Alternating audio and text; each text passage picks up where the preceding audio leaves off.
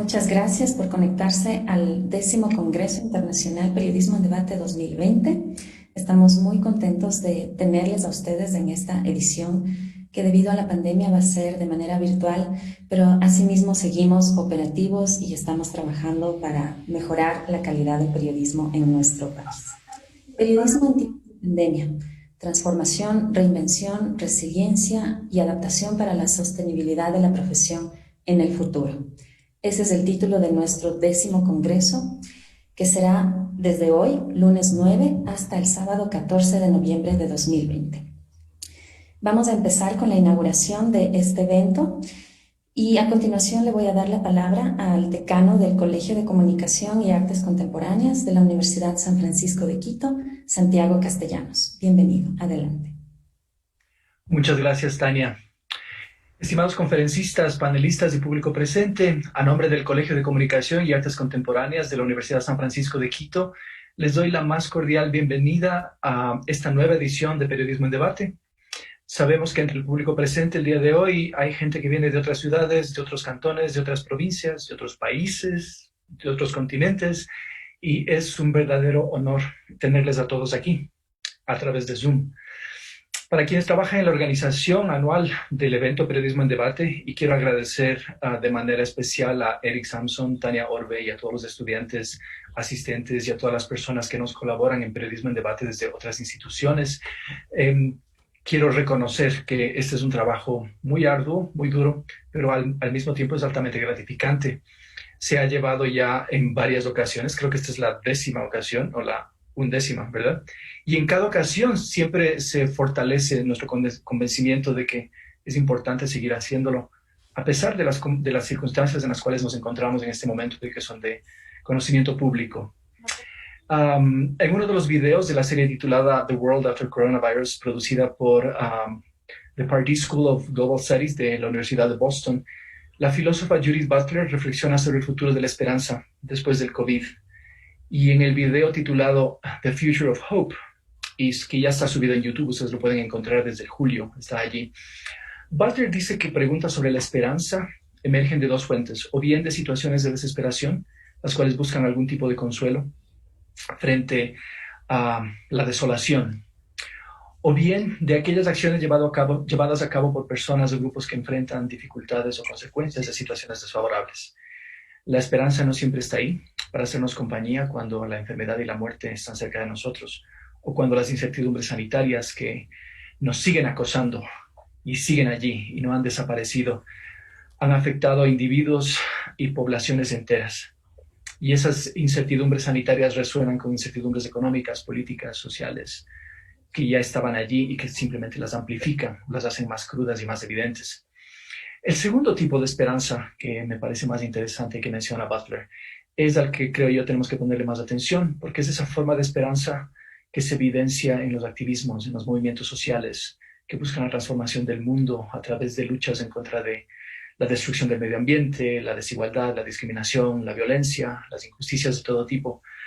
También en los gestos de solidaridad que han emergido entre grupos de personas que se unen entre sí para enfrentar la pandemia, o también incluso en estos vínculos transnacionales que han emergido para enfrentar el coronavirus desde el punto de vista científico, ¿no? O sea, los científicos que están tratando de compartir información para encontrar una vacuna, para encontrar mejores curas, esos son ejemplos de esperanza que hay que tomar muy, muy en cuenta, ¿no?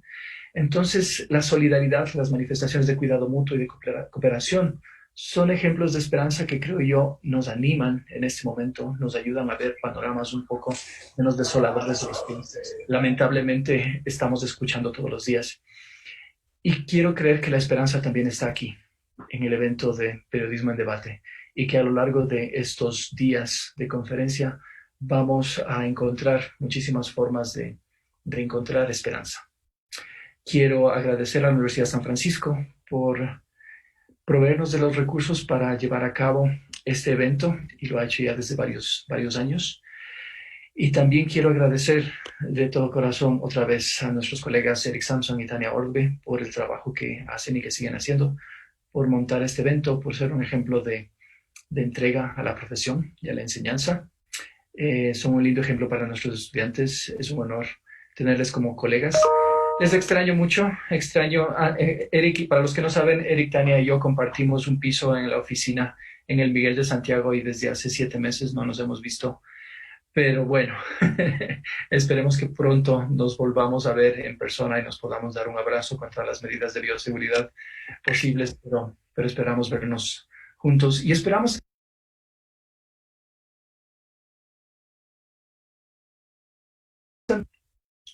desde otras perspectivas de una forma presencial. Esperemos que en un futuro cercano. Así que muchas gracias a todos por estar aquí y creo que doy por inaugurado el evento de Periodismo en Debate el día de hoy. Muchas gracias. Muchas gracias, Santi, por conectarte desde tan temprano a esta inauguración del 10º Congreso Internacional Periodismo en Debate 2020. Cumplimos una década, si es de manera virtual, es un poco extraño, sí es una sensación de mucha nostalgia, también de alegría, de incertidumbre, claro, cómo no, pero estamos muy contentos porque estamos bien, nos podemos ver y seguimos trabajando, sí, estamos aquí con colegas de todo el país, con nuestros invitados internacionales que nos van a contar cómo lo han hecho, qué han hecho bien y en ese proceso de adaptación y resiliencia todos vamos a seguir aprendiendo. Quiero recordarles que este es un evento coorganizado con la Universidad UTE y con la Federación Nacional de Periodistas del Ecuador, FENAPE. Así que de esa manera voy a dar paso a la bienvenida que dará Susana Piedra, presidenta de la Federación Nacional de Periodistas, FENAPE. Adelante, Susana. Gracias, Tania. Buenos días con todos. Reciban ustedes el cordial saludo de la Federación Nacional de Periodistas del Ecuador. Para quienes no saben, la FENAPE es la organización que reúne a todos los periodistas profesionales del Ecuador. Están organizados los diferentes colegios provinciales de periodistas. Pertenecemos a la Federación Internacional de Periodistas y a la Federación de Periodistas de América Latina y el Caribe. Desde la FENAPE, gracias a la apertura que ha tenido la Universidad de San Francisco, gracias a Eric Samson, venimos participando por segunda ocasión en PERDebate. El año anterior tuvimos la gran satisfacción de movilizar a Quito alrededor de medio centenar de colegas de las provincias más lejanas. Tuvimos compañeros desde el Carchi al Macará, como se dice, compañeros de los varios sectores de la costa, incluso del oriente ecuatoriano, y de Galápagos, presencialmente acá en el PERDebate. Este año, lamentablemente por tema de la pandemia, todos estarán conectados por Zoom, pero estamos llegando con este congreso a provincias donde es imposible realmente que puedan acceder a una capacitación del nivel que tiene el Congreso Internacional que estamos llevando adelante. Yo quiero mencionarles a ustedes también que nosotros nos hemos sumado al concurso de periodismo en frontera, porque se está haciendo una apertura también a los colegas que trabajan en sitios muy alejados o que viven en sitios muy alejados, desde donde ellos están haciendo sus reportes y enviando para el concurso y visibilizando sobre todo la realidad de nuestro país, zonas donde casi nadie llega. Quiero agradecer profundamente a Eric, a Tania. Yo creo que un gran reconocimiento porque el gran esfuerzo que han tenido de sacar adelante el PERDebate en momentos tan críticos de pandemia, en momentos en donde nuestros compañeros periodistas están viviendo una de las peores crisis paralelamente a la del COVID-19, donde estamos enfrentando del desempleo, disminución de salarios, estamos enfrentando también la disminución de los horarios con el teletrabajo y con una ley que nos han puesto de apoyo humanitario que lo único que ha hecho es la precarización laboral. Dentro de uno de los temas justamente que tenemos acá en el Congreso se va a tratar el día jueves el tema de las relaciones laborales de los periodistas y creo que es muy importante que se lo haya incluido ahí. Un abrazo para todos. Gracias por haber madrugado porque para muchos es muy temprano todavía. Y de parte de la FENAPE, bienvenidos al Congreso. Aprovechen todo lo que puedan porque creo que tenemos expositores de primera. Gracias. Muchísimas gracias, Susana. Y voy a dar paso enseguida a Álvaro Pazmiño, director de carrera de periodismo de la Universidad UTE, también coorganizadora de este congreso. Adelante, Álvaro.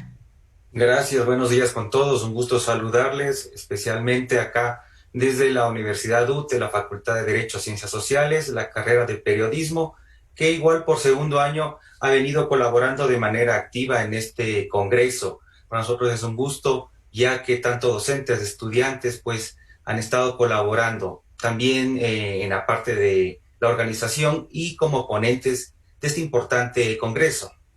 En este sentido, nosotros deberíamos reflexionar sobre que el periodismo ha cambiado. Por ejemplo, la digitalización en la entrega de contenidos, creación y búsqueda de fuentes ha generado una profunda transformación en la forma que pensamos nuestro quehacer y sobre todo cómo nos relacionamos con los ciudadanos. La pertinencia de un periodismo de intermediación que trate de resolver los problemas de la ciudadanía es necesario, tanto en los medios tradicionales como digitales. ¿Cómo podemos presentar nuestras historias de manera eficaz?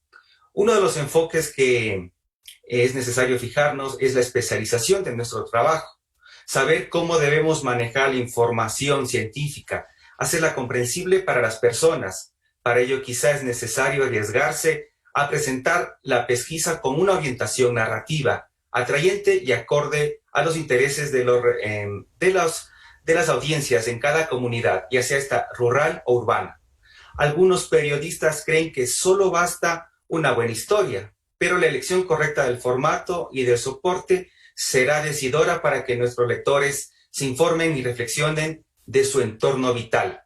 Por ello, un espacio como Perdebate hace posible ver diferentes miradas del periodismo actual, en pandemia y pospandemia. Cada conferencia y taller de seguro será de un gran aporte para su formación profesional, de cara a un periodismo más empático, humano y comprometido.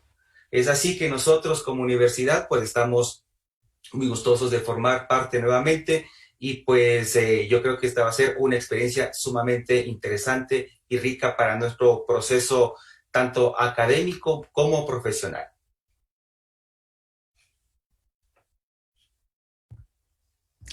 Muchísimas gracias, Álvaro. Bueno, reitero que esta es la 10ª edición del Congreso Internacional Periodismo en Debate 2020 y para dar las últimas palabras de apertura a Ariane Mateny, vocero y agregado de prensa de la Embajada de Estados Unidos, quiero reiterar el agradecimiento de la Embajada de Estados Unidos, quien apoya el Congreso Periodismo en Debate desde ya hace 6 años, constantemente. Cada año nos acompaña y con expositores, este año también no es la excepción.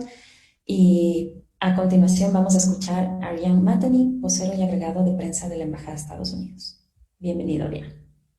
Muchas gracias, Tania. Buenos días con todos. Es mi primer conferencia de periodismo en debate, aunque la embajada lleva mucho tiempo involucrado. Entonces es un gran placer para mí estar presente aquí, aunque de manera virtual y ojalá el próximo año presencialmente también. Es un gusto para la Embajada de los Estados Unidos estar presente con ustedes esta mañana. Gracias a nuestro socio Universidad de San Francisco de Quito por la coordinación de este importante congreso. Gracias de nuevo a Tania, a Eric, a Santiago, Susana, Álvaro y a todos los organizadores. Quiero dar un cordial bienvenida a los expositores que nos acompañan hoy desde los Estados Unidos en esta 10ª edición. Lola Gómez, del Austin American Statesman; Ángela Posada Swafford, reconocida escritora y periodista científica; Natalie Van Hooser, periodista multimedia independiente y representante de Sembra Media en los Estados Unidos; Janine Warner, pionera del periodismo digital y enseñanza en línea a nivel mundial; y finalmente Alberto Cairo, periodista y diseñador, quien además imparte cursos de infografía y visualización. Ellos, al igual que los demás expositores internacionales y nacionales, hacen de esta semana de periodismo en debate un encuentro enriquecedor con lecciones y experiencias compartidas. Durante los últimos 6 años, la Embajada de Estados Unidos ha apoyado a la Universidad de San Francisco mediante una subvención para la organización y ejecución de este congreso. ¿Por qué? Porque Periodismo en Debate responde a la necesidad de explorar el futuro del periodismo, sobre todo en este momento tan cambiante de pandemia. Esta pandemia ha significado uno de los retos más grandes para el periodismo contemporáneo. Es indiscutible que el papel de los periodistas en situaciones de emergencia es vital. Los trabajadores de los medios de comunicación tienen un papel importante que desempeñar en la lucha contra el virus informar a la ciudadanía sobre la propagación de la enfermedad y cómo protegerse a ellos mismos, poniendo muchas veces sus propias vidas en riesgo. Esto es una situación muy lamentable y demuestra el trabajo riesgoso de un periodista y la valentía de ellos en traernos a todos los demás la información necesaria y la verdad. Además del riesgo de salud, el impacto económico claramente ha sido muy duro para muchos medios de comunicación. Si bien antes de la emergencia sanitaria los periódicos impresos venían perdiendo espacio en países como los Estados Unidos, en donde han dejado de existir 1,500 periódicos más o menos locales por la concentración de la información en las ciudades más grandes, ahora se enfrentan a un panorama aún más complejo. Pero en tiempos de crisis también existen oportunidades. Para algunos medios digitales pequeños de la región, la pandemia les ha traído oportunidades de negocio y alianzas editoriales que han contribuido a su desarrollo y han hecho crecer a su audiencia. Dicen que es tiempo de reinsertarse, de innovar, de reinventarse. Para los comunicadores, esto podría significar conectarse de nuevo con la audiencia local o buscar formas innovadoras digitales de conectar con un segmento específico creando contenido original. Pero ustedes mejor nos dirán desde sus propias experiencias. Para el gobierno de Estados Unidos, estos espacios de discusión son importantes porque promueven la democracia, el derecho de la libertad de expresión y la participación de toda la ciudadanía en las sociedades democráticas, como son las nuestras. Como bien saben, Estados Unidos acaba de celebrar su proceso electoral y el Ecuador lo hará a principios del próximo año. Los medios de comunicación juegan un papel indispensable en un proceso democrático electoral, en asegurar que la ciudadanía tenga a su disposición la información que necesita para tomar su decisión. Los periodistas informan a los ciudadanos sobre la biografía y las políticas de los candidatos y avances importantes durante las elecciones. Además, educan a los votantes sobre cómo ejercer sus derechos democráticos. He visto mucho de estos en los periódicos en los últimos días. Como todo tiene que adaptarse durante la pandemia. Y finalmente, como bien hemos visto durante la última larga semana, el recuento de los votos después de la elección. La responsabilidad de verificar datos para proveer información correcta es indispensable para una democracia saludable y para identificar y evitar compartir la desinformación, un desafío emergente en nuestro mundo de información instantánea. Los medios de comunicación no son la única fuente de información para los ciudadanos, pero en un mundo dominado por las comunicaciones masivas, su rol es sumamente importante ya que son los más confiables, habiendo averiguado la validez de la información y colocándolo en un contexto antes de compartirlo. Es importante para los periodistas y estudiantes debatir el futuro del periodismo a nivel local, regional y mundial y los retos que enfrentan estos profesionales, y explorar innovaciones tecnológicas para llegar a nuevas audiencias. Y por eso estamos aquí el día de hoy. Espero que sea una jornada provechosa y que juntos como profesionales de la área de comunicación busquemos alternativas para continuar con esta importante labor de información a la ciudadanía. Muchas gracias a todos y seguimos en la conferencia.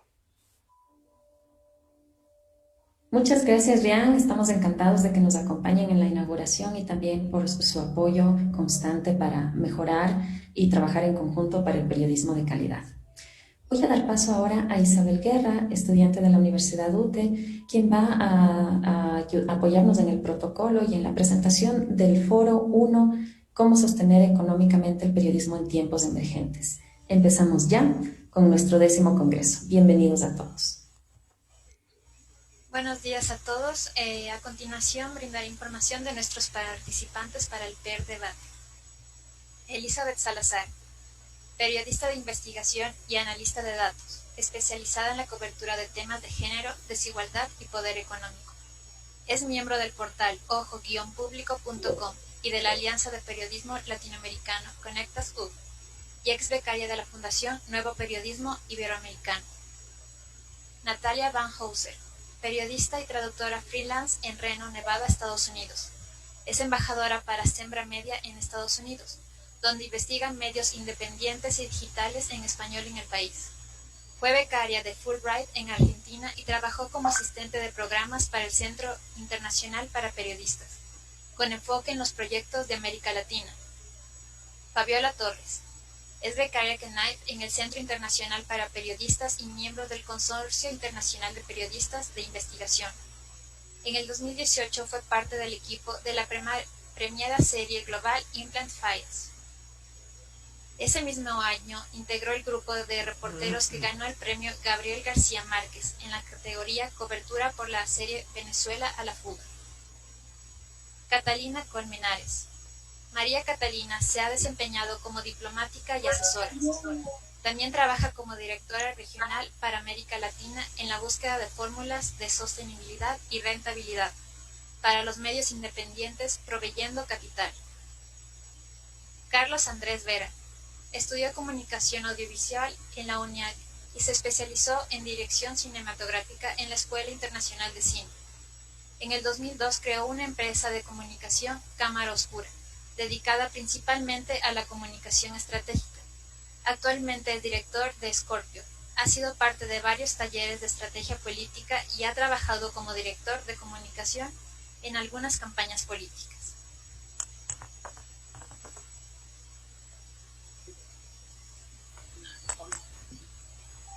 A continuación les enviaré un link en donde deberán registrar su asistencia.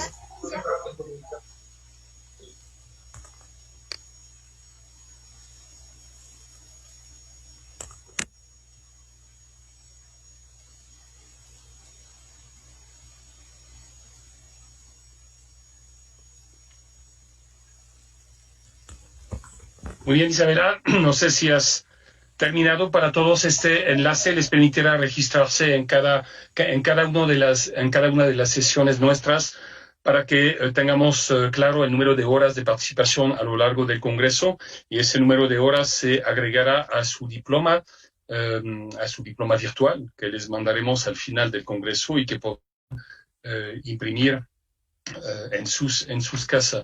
Yo soy Eric Samson, coordinador de la carrera de periodismo de la Universidad San Francisco de Quito. Bienvenido a todos. Veo que la gente se va agregando el número de participantes para hablar hoy del tema de sostener económicamente el periodismo en tiempos emergentes. Gracias a nuestros invitados internacionales y nacionales que ya están en el listado.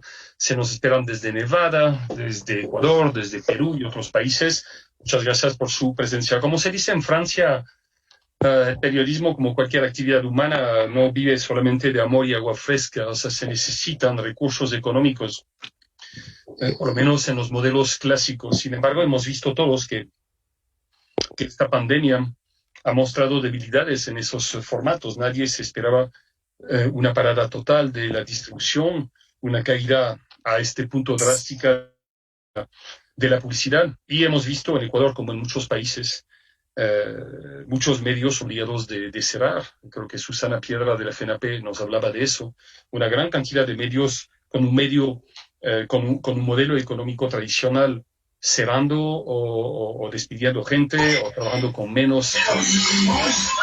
Sin embargo, queremos también en este Congreso mandar un mensaje de esperanza. Entendemos las dificultades, pero también hay soluciones, y muchos de nuestros invitados de hoy, Elizabeth, Natalie, Fabiola Torres, Carlos Andrés Vera, son prueba de que sí hay soluciones y de que los periodistas debemos reinventarnos, debemos salir un poco de nuestra zona de confort. Quiero empezar, obviamente daremos paso a las preguntas del público. Pido a nuestros expositores de, si posible, hacer respuestas correctas para que los cinco el diálogo pueda fluir entre los cinco. Quisiera empezar con Natalie Van Hooser, que se nos une desde Reno, en Nevada, Estados Unidos. Se ha hablado mucho de Nevada y de Estados Unidos esos últimos días, pero igual, porque Natalie es especialista, investiga los medios independientes y digitales en español en los Estados Unidos. Natalie, quisiera un primer balance quizás. ¿Cómo han vivido la crisis desde el inicio de la pandemia, que es un poco lo que nos interesa, o quizás hasta antes? ¿Cómo evalúas tú la situación económica, los modelos económicos de los medios, en particular de los medios hispanohablantes en los Estados Unidos. Muchas gracias por tu presencia y bienvenida. Hola, ¿me escuchas bien? Muy bien, Natalie. Perfecto. Bueno, primero, gracias por invitarme a estar acá en este panel con estos otros panelistas de lujo y estar aquí con algunas compañeras de Sembra Media, Fabiola Torres y María Cata, allá en Pennsylvania, otro swing state acá en los Estados Unidos en las elecciones. Sí, para hablar un poco de lo que hago con Sembra Media. Soy la embajadora para Sembra Media acá en los Estados Unidos y con eso busco medios digitales que son digitales nativos acá en los Estados Unidos que publican contenido original en español. Entonces tenemos un directorio de medios de toda Latinoamérica, Estados Unidos y España que están haciendo su propia cobertura independiente. Y lo que hemos visto acá en Estados Unidos con estos medios es que normalmente enfrentan retos particulares acá con porque publican contenido en español, donde la mayoría de los fondos y las organizaciones están apoyando a medios en inglés. Entonces, la pandemia ha complicado este reto. Y ahora lo que estoy viendo es que los que están buscando estrategias para sobrevivir la pandemia son los que están diversificando sus fuentes de ingresos, ¿no? Como los que tienen una agencia de contenido para apoyar a su periodismo. Entonces, esto y también becas, grants, ¿no? Estas son algunas claves que he visto y lo que estoy haciendo con mi periodismo freelance. En estos tiempos estoy utilizando diferentes grants y becas, subvenciones. Así que esto es un poco lo que hemos visto acá. Muchas gracias, Natalie. Fabiola, voy contigo. Fabiola Torres, desde Lima, que es cofundadora de un medio muy interesante que se ha instalado. Nos podría quizás hablar de eso, pero también está por un nuevo emprendimiento de Salud con Lupa. Eso de, Fabiola, de lo que dice Natalie, de esa necesidad de salir de su zona de confort. Cuando se inicia en un proyecto así, web nativo, tú lo conociste, tú y otros, ¿no? Amigos de Lima, lo conociste a la vez, con ojo público, y quizás ahorita con tu nuevo proyecto de Salud con Lupa. ¿Nos puedes un poco explicar, hablar de lo que representa eso, de lanzarse en algo nuevo, salir de su zona de confort y cómo financiar eso? Gracias, Fabiola, y bienvenida. ¿Qué tal? Mucho gusto estar con todos ustedes desde Ecuador. Yo estoy aquí en Lima. Sí, en realidad, cada emprendimiento, cada proyecto requiere que tengamos, bueno, una idea clara, pero sobre todo un plan para hacer el proyecto realidad y hacerlo sostenible. Y justamente en esa fase es donde empiezan a verse las ventajas, las desventajas, lo que se pensó y no se pensó en el proceso de planificación para que un medio pueda vivir en el tiempo, ¿no? Lo que nos ha enseñado este año y la experiencia que tiene Salud con Lupa, que era bastante bebé cuando llegó la pandemia, tenía 5 o 6 meses en línea, es que los medios están pensando mucho más ahora en su comunidad. Una información que sea de servicio, que sea de contenido propio, investigativa, pero que sea de un gran valor para su comunidad. Con la experiencia de los medios independientes, puedo decir que más que millones de vistos, lo que se apuesta es tener una comunidad que pueda confiar en el medio, que pueda incluso sostenerlo, porque hay varios proyectos ahora de membresías, y también que podamos, como periodistas, saber exactamente qué es lo que está necesitando leer mi comunidad, ¿no? Eso, Fabiola, eso necesita plata. Lo que tú dices, periodismo de investigación, contenidos propios, todo eso es obviamente lo que tienen que hacer los periodistas, pero eso cuesta. Entonces, el sostenimiento es un poco la pregunta en esa época. Sí, como decía, la fase de sostenibilidad, de sustentabilidad de un medio tiene que ver con la planificación. muchos, como ha señalado Natalie, tenemos un modelo de negocio que implica los grants, ¿no? Y más aún en situaciones como las que hemos vivido. Pero también la diversificación de fuentes de ingresos ha sido un pilar para los medios independientes. En este caso, nosotros, al ser bastante jóvenes como una propuesta digital, tuvimos una acogida importante, pero también identificamos mejor a nuestra comunidad. Eso nos ha ayudado para, por ejemplo, evolucionar el plan de negocios que hoy tenemos. Por ejemplo, nos han buscado muchas universidades porque somos un medio especializado, un medio de nicho para entrenamientos, ¿no? Algo que teníamos planificado en el plan de negocios, pero que ahora vemos con mucha más claridad cómo llegar a un público que está buscando aprendizaje. O sea, dan cursos, dan talleres pagados, eso, dan cursos de estudiantes al público, a otros colegas. Más allá de eso, porque a lo que apostamos es comunidad. Entonces, ¿cómo nosotros integramos a las universidades, a los estudiantes, a los científicos, hablando no solo de facultades de periodismo, a nuestro periodismo? ¿Y cómo hacemos que eso sea también rentable?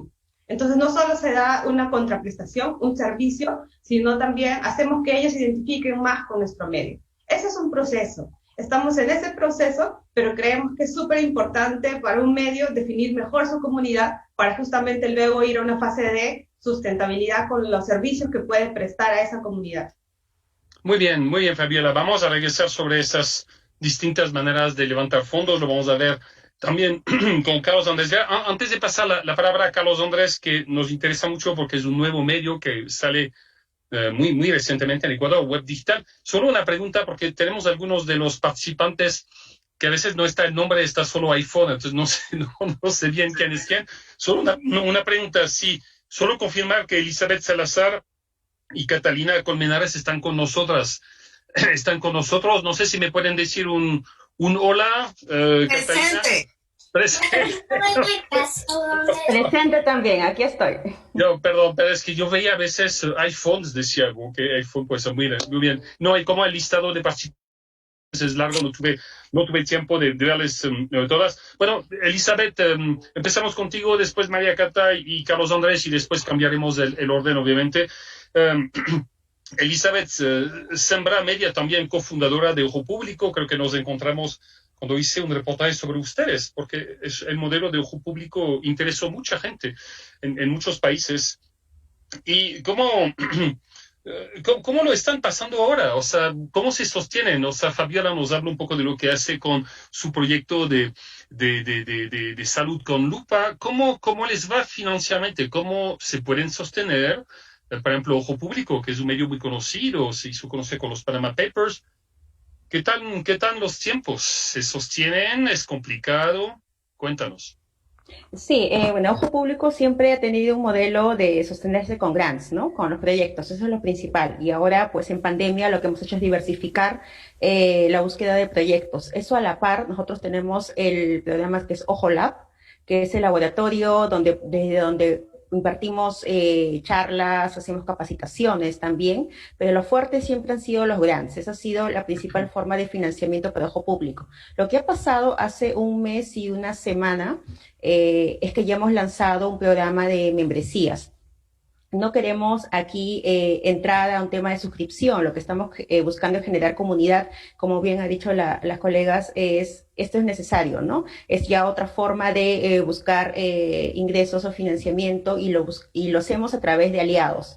Elizabeth, perdón, para quedarnos con eso, para que la gente acepte pagar, o sea, ser seguidores suyos, supongo que se necesita alguna condición de tener ya un nombre, de tener unos contenidos, de haberse instalado para que la gente diga, vale la pena apoyarles. ¿Cuánto tiempo toma instalar un medio para que la gente diga, ¿sabes qué? Sí vale la pena dar algo de soles, en su caso. Claro, no tenemos nosotros una fórmula para decir a tal año ya el usuario ya dice voy a poner mi mano en el bolsillo, voy a empezar a pagar, ¿no?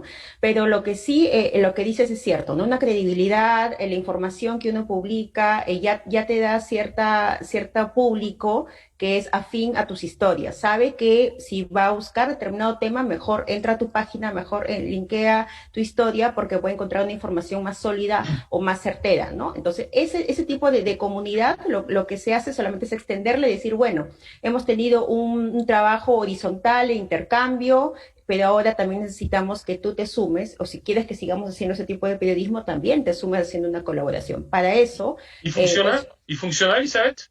Hasta ahora tenemos más de 200 en un mes que hemos lanzado la membresía, tenemos más de 200 aliados, esperamos cerrar el fin de año con 500. ¿Y cada uno pone lo que quiere o hay tipo miembros de bronce, plata y oro con, qué sé yo, 10 soles, 50, 100 o la persona pone lo que quiere? Son dos grupos, el aliado clave que tiene, que puede dar un pago mensual desde 13 soles, que es como $4 menos, $3. Uh-huh. Y el otro es el aliado en acción, que da hasta unos 25 soles, que es unos, más o menos unos $7 menos de eso. Entonces, son dos grupos y ambos tienen beneficios diferenciados. Uno puede poder acceder, por ejemplo, la tasa más baja, que también está indicada para estudiantes, que pueden acceder a charlas, a talleres, a salas de invitados cerradas, cuando hacemos capacitaciones incluso internas. Hemos tenido hace poco un taller sobre podcast, que fue para los miembros de Ojo Público, donde también participaron los que ya estaban inscritos como aliados. Tienen otro tipo de beneficios, ¿no? Sorteo, descuentos en librerías, eso implica hacer alianzas también con otro tipo de instituciones para que se sumen y seamos una red de beneficios a cambio de ser aliado, ¿no? De integrarse a la comunidad. Sí, bien. Vamos a revisar sobre todos esos ejemplos porque creo que interesan potencialmente, nos interesa a nosotros, nuestros estudiantes, de que tengan ideas para tener un plan B, un proyecto personal de desarrollo. Por eso hemos integrado una clase de emprendimiento periodístico en el cuarto año de la carrera. Catalina, voy contigo porque Elizabeth estaba hablando de grants, o sea que los grants, o sea los fondos que pueden venir de instituciones, de embajadas, son los que un poco han sostenido Ojo Público al inicio. Sin embargo, Catalina, solicitar un grant, mantener un grant y es complicado. O sea, es algo que los periodistas típicamente no están formados para hacer. ¿Qué implica eso? Encontrar las oportunidades de financiamiento, buscar lo que propone la UNESCO, la embajada cual, el organismo tal. ¿Cómo hacer de nosotros gente que sabrá llevar eso a cabo, Catalina? Una muy buena pregunta, Eric. Gracias. En general, yo creo que una de las cosas que a mí me gustaría mucho resaltar es la necesidad de que los periodistas cambien un poco el chip en términos de todo ese tipo de cosas. O sea, no solo cómo encontrar los grants, porque, digamos, se encuentran. Sembra Media, por ejemplo, en su nuevo portal tiene una sección dedicada a fuentes de financiamiento, oportunidades de capacitación, etcétera. Entonces, encontrarlo no es tan difícil y además los periodistas son muy buenos en eso, o sea, digamos, encontrando información, investigando. Pero yo creo que una de las cosas que son fundamentales es también entender como la lógica, o sea, como tener una estrategia deliberada en ese emprendimiento para saber si tiene sentido aplicar a X o Y grants, si tiene más sentido de pronto tratar de construir una comunidad que me apoye y que me produzca los ingresos que necesito. Natalie habló, por ejemplo, de la diversificación de ingresos, o sea, yo creo que eso es fundamental. Y como me preguntas específicamente sobre los grants, pues yo creo que una de las cosas importantes es saber dónde estoy parado y entonces ahí vas a encontrar cuáles son esos grants que tienen afinidad y que busca ese donor, porque a veces es importante entender que los grants no son, o sea, no son como una cosa etérea que cae plata del cielo. Tienen una lógica, el donante tiene un propósito por el cual te da ese grant o apoya cierto emprendimiento periodístico. Es claro, por ejemplo, en el caso de Fabiola o de Elizabeth con Salud con Lupa, con Ojo Público, digamos, hay temas que les interesan a esos donantes, el tema de la salud, el tema de la desinformación en todos los aspectos de la salud, por un lado, el tema ambiental por el otro. Entonces tiene un factor de todas maneras como de intercambio. Tú tienes unos impactos con tu medio y mediante esos impactos tú consigues unos donantes que te dan grants. Pero Catalina, una cosa.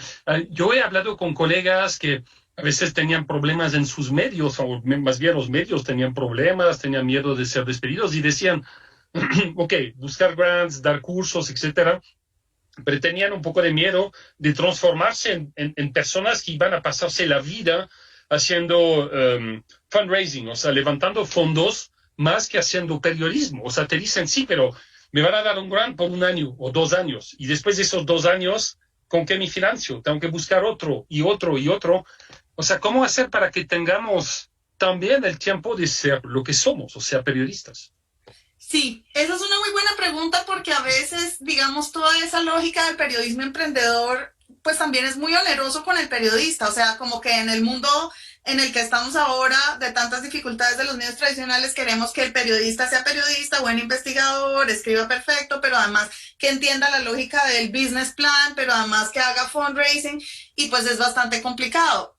Pero yo diría que hay que tener un plan. O sea, como decía Fabiola, hay que tener un plan, y es un plan, digamos, a mediano plazo, y hay que entender que se requiere buscar la sostenibilidad. Entonces, dentro de ese plan debe haber, por ejemplo, una consideración de, listo, yo voy a aplicar a estos 3 grants que me dan, tratar de que sea más de 1 año o 2, digamos, una cosa razonable para poder montar algo, pero luego usar esos grants para generar, para construir una institución que se encargue ella misma, o sea, en la cual yo pueda hacer mi periodismo, y esa misma institución con otras gentes que tengan otras capacidades, tengan un plan de sostenibilidad, ya sea porque van luego a construir una comunidad y van a hacer derivar de revenues, ya sea porque van a hacer muchos grants a futuro, pero entonces tú tienes la posibilidad de contratar, o sea, haces el plan para que en un momento dado vas a poder contratar a una persona que los busca, que escribe la propuesta, que luego hace el monitoreo. O sea, la gente que recibe grants tiene que entregar una cantidad de información a los que no está tan simple, no hay papeles justificativos y todo eso. Y sabes que vamos a revisar con todos ustedes sobre esos puntos. Ahorita vamos con el last but not least, ¿no? El último, pero no lo menos importante, Carlos Andrés Vera, que es muy conocido, él como cortometrajes documentales, pero en ese caso pasa en último porque es el ultimito de los medios web nativos de Ecuador, que yo sepa, ¿no? Y le damos realmente la bienvenida a Scorpio. Nos encanta ver que nuevos medios se crean, ¿no? Con objetivos ambiciosos. Entonces, Carlos Andrés, muchas gracias por acompañarnos. Tú ya has escuchado muchas de las periodistas que ya han estado aquí, entonces se te va a tomar un poco la lección, Andrés. ¿Cuál es tu plan de negocio? ¿Cuáles son los grants que sacaste? ¿Has hecho todo eso para lanzar tu medio? Háblanos un poco de Scorpio y de cómo piensas sostenerte. Muchas gracias y bienvenido. Hola, Eric. Un gusto con todos y saludos a todos. Para empezar, te digo, yo escucho este foro y yo personalmente soy cineasta de profesión, aunque tengo una formación en comunicación y he ejercido el periodismo por muchos años. Y me parece que estoy escuchando al foro o al gremio del cine también, donde existen básicamente los mismos problemas. Los directores o los guionistas que no logran hacer sus proyectos porque les falta esa pata de producción, porque les falta esa lógica de buscar mercados y buscar financiamiento para llevar adelante sus proyectos. Scorpio, lo primero que te puedo decir es que es una iniciativa que nace de 2 personas que no somos periodistas. La primera es Carlos Chávez, que es un empresario, que es un emprendedor ecuatoriano, un empresario exitoso. No es un tipo millonario, pero digamos le ha ido bien en la vida y ha desarrollado varias áreas de negocio. Es un tipo que tiene un interés genuino por crear un medio propositivo en el país, que nos parece que era, digamos, un nicho que no se ha explorado demasiado en el Ecuador. Hay muchos medios que entregan información, coyuntura, análisis editorial, pero prácticamente no existen medios propositivos en el Ecuador, es decir, que den ese paso adicional para tratar de influir directamente en la sociedad. Esa fue una inquietud primero de un empresario que quiere influir positivamente en el país, Carlos Chávez, que me buscó a mí, que también soy otro empresario, aunque también soy cineasta y comunicador, y me pidió que desarrolle un concepto para tratar de llevar un medio propositivo a la realidad. A partir de que nos ponemos de acuerdo en los conceptos de Scorpio, es cuando buscamos nosotros, en cambio, ya apoyarnos en periodistas profesionales para desarrollar ya los contenidos. Entonces, Carlos Andrés, solo para estar claro, cuando tú dices medio propositivo, significa con una línea editorial asumida. Correcto.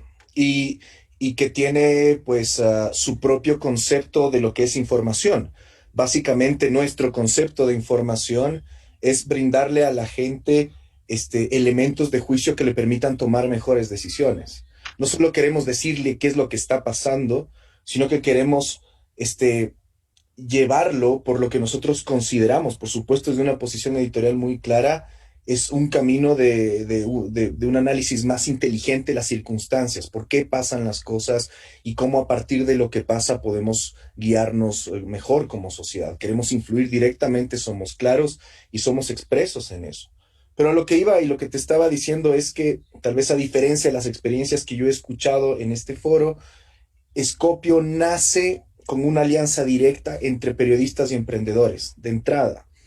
Eso significa que nosotros tenemos el apoyo, si tú quieres, de un inversionista ángel, que en este caso es Carlos Chávez, que es el CEO, por un tiempo indefinido, que pueden ser 6 meses, que puede ser un año, para sostener la operación del medio hasta lograr consolidar un modelo financiero que nos permita lograr un equilibrio, porque por supuesto no vamos a tener un inversionista ángel de manera indefinida. Y nuestro modelo va un poco por lo que ya he escuchado acá, es decir, nosotros somos un medio de nicho, no buscamos un público masivo, queremos generar comunidad, pero por supuesto para generar comunidad pasa lo que primero tú decías, ¿no? Es decir, tienes que salir, tienes que empezar a generar influencia en la sociedad, tienes que empezar a ganar lectores. Y vamos que nuestra apuesta además no es tan sencilla porque le estamos apostando a contenidos largos, a contenidos profundos, cuando la tendencia en general es de contenidos rápidos, cosas muy fugaces, información expresa, la cultura del like y del retweet, que no necesariamente es la del análisis. Entonces somos un medio muy de nicho, muy de nicho, al que le tomará tiempo encontrar esa comunidad e ir formando esa comunidad. Y para digamos que lo podamos hacer, tal vez la fórmula de Scopio, la fórmula que permite que en este momento Scopio exista, es que no somos solo periodistas, es que somos periodistas y empresarios unidos para que el periodista haga su trabajo y que el empresario también haga su trabajo de ir poco a poco construyendo un modelo que permita sostener el medio. Ok, Carlos, entonces eso va una pregunta para todos los demás y vamos a reiniciar una vuelta con nuestros invitados. Yo aquí una doble pregunta, les pediré respuestas cortas para que la conversación siga fluyendo. La primera cosa, todos ustedes son medios, digamos, de nicho, pero cuando uno se define como un medio de nicho, ¿no existe el riesgo de que siga hablando solo con la gente que piensa igual que el medio? O sea, ¿no hay un poco el riesgo de quedarse en burbujas y no abrirse a otros? Mi primera pregunta. Y dos, ¿cómo mantener también una cierta independencia o se asume una línea editorial y no pasa nada si el público adhiera a eso? Quizás, Fabiola, contigo y después daremos la vuelta con Natalie, etcétera. Y quizás, Fabiola, para que nos expliques rápidamente lo que es Salud con Lupa, porque creo que Ojo Público es conocido. No sé si Salud con Lupa lo es tanto. Capaz que para que tú puedas explicar qué nicho buscaste con ese proyecto. Fabiola. Sí, bueno, Salud con Lupa es un sitio de periodismo de investigación especializado en salud pública, entendiendo la salud pública con varias líneas de investigación, ¿no? Como lo planteamos en el sitio, y también con una metodología de hacer periodismo colaborativo, de tener una agenda propia de salud pública para América Latina. Y eso lo lanzamos hace un año, en julio del 2019 salió en línea el portal con las primeras investigaciones con esta metodología que abordaron la industria alimentaria, la industria farmacéutica. A los 6 meses de nacido el medio surgió una pandemia. Entonces, lo que puedo decir del periodismo de nicho es que en algunos casos hay un valor agregado al ser un medio especializado, al tener una comunidad mucho más definida, porque medios generalistas hay bastantes y justamente los modelos se han ido quebrando por no definir bien quiénes son los que sostienen tu medio, quiénes son los que realmente están interesados en ti. No tanto Pero Fabiola, tu nicho, ¿no?, es bastante grande, porque tú das consejos, eso hay que explicar. O sea, la gente puede saber cuáles son los doctores más recomendados en su... Tu nicho es... No, o sea, no, tu nicho es grande, me suena. O sea, no somos un sitio web de periodismo comercial, o sea, no recomendamos, no hacemos recetas, ni nada de eso, pero sí hacemos investigación. Ya, perdón, Fabiola, ya un micrófono abierto, no se preocupe. Sí, entonces, pero tú decías entonces que cómo mantener, lo de nicho no es un problema y lo vemos en todos los medios web nativos que tienen un público quizás más pequeño pero más fiel, o sea, más zetana. Ahorita la necesidad de la independencia, sí o no, seguir una línea editorial definida, sí o no importa tanto.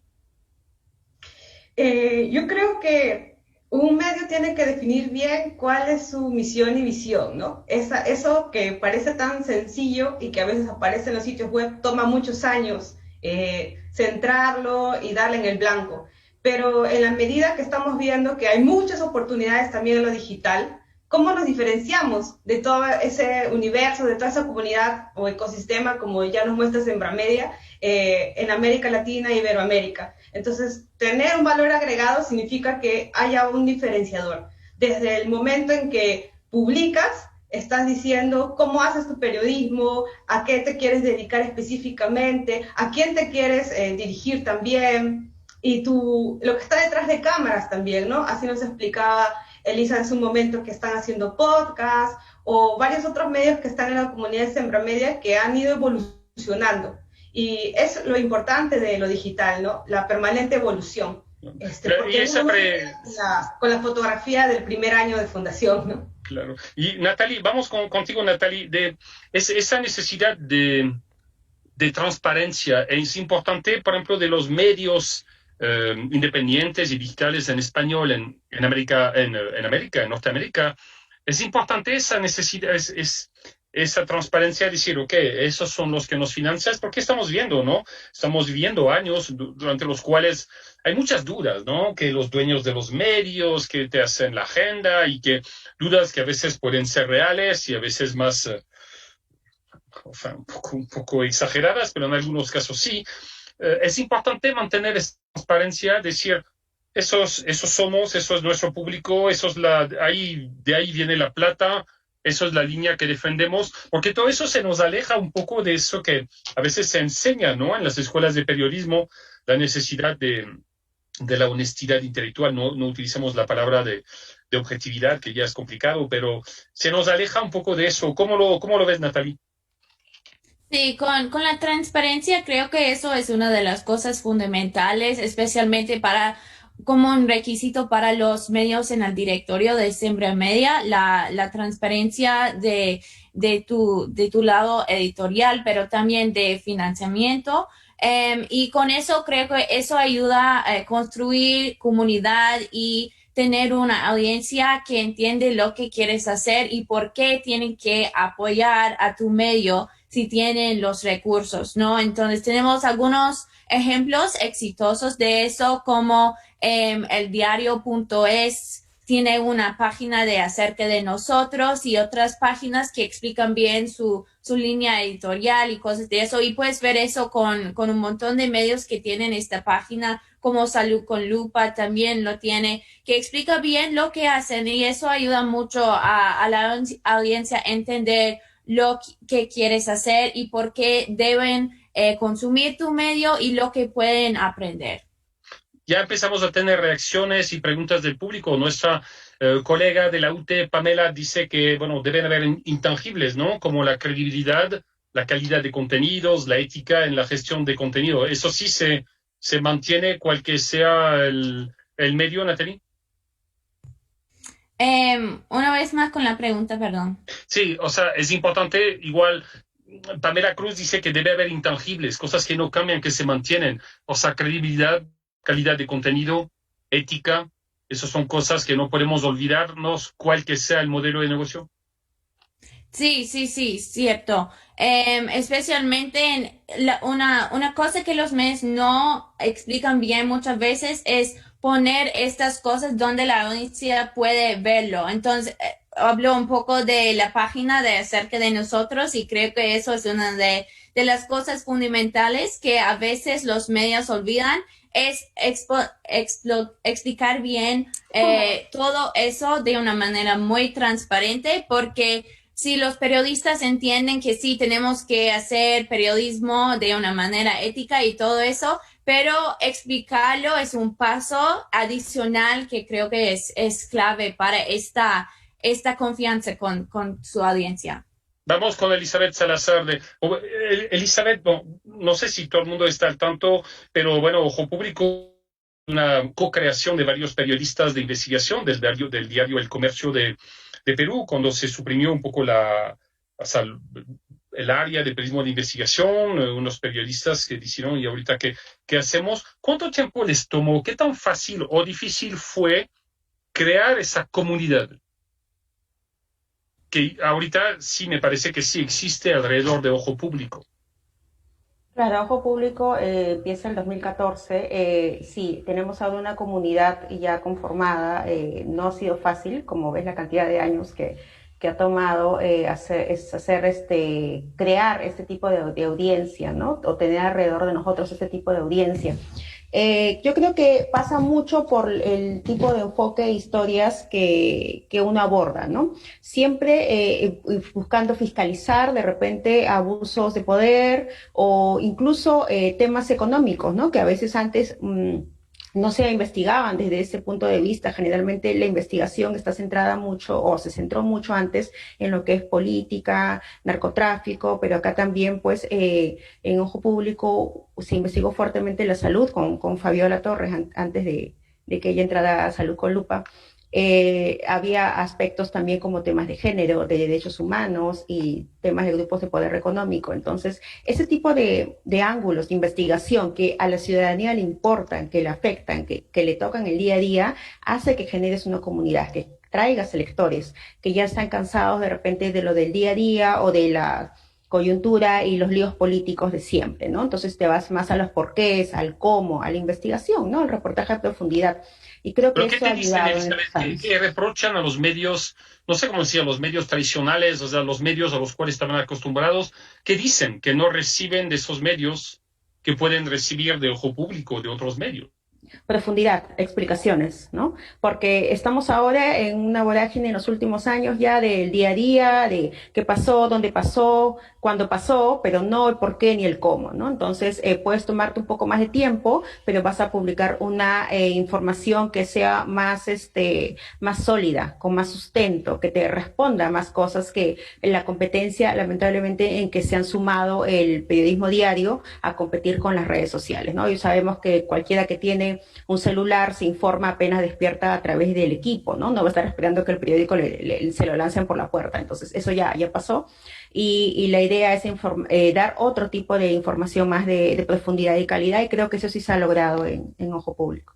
Carlos Andrés, eso es el objetivo de Scorpio, porque uno de sus primeros números fue sobre la temática de corrupción, por ejemplo.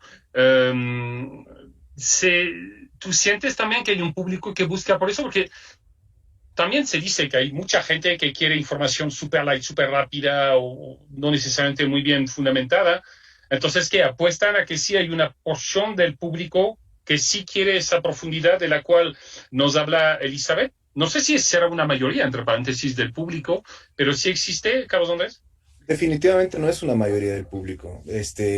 Eso hace que, por ejemplo, la experiencia de Elizabeth me parezca que se enmarca dentro de los medios de nicho. Hay un público reducido, me parece a mí, que busca información de investigación. De lo que entiendo, el medio de Elizabeth es un medio de investigación. La diferencia tal vez con nosotros es que nosotros no hacemos investigación, no hacemos denuncia. Nosotros nos enfocamos en lo que yo ya te definí como nuestro concepto de información.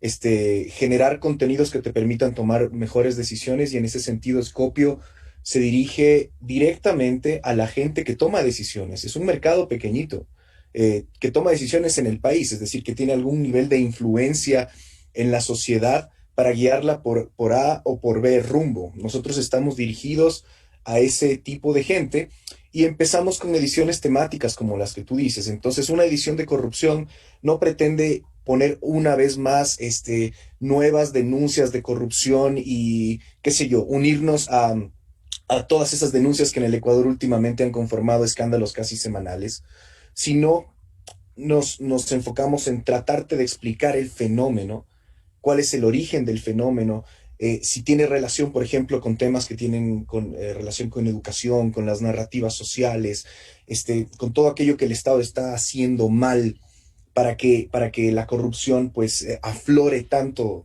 en el Ecuador, con todo lo que tiene que ver con los sistemas de control.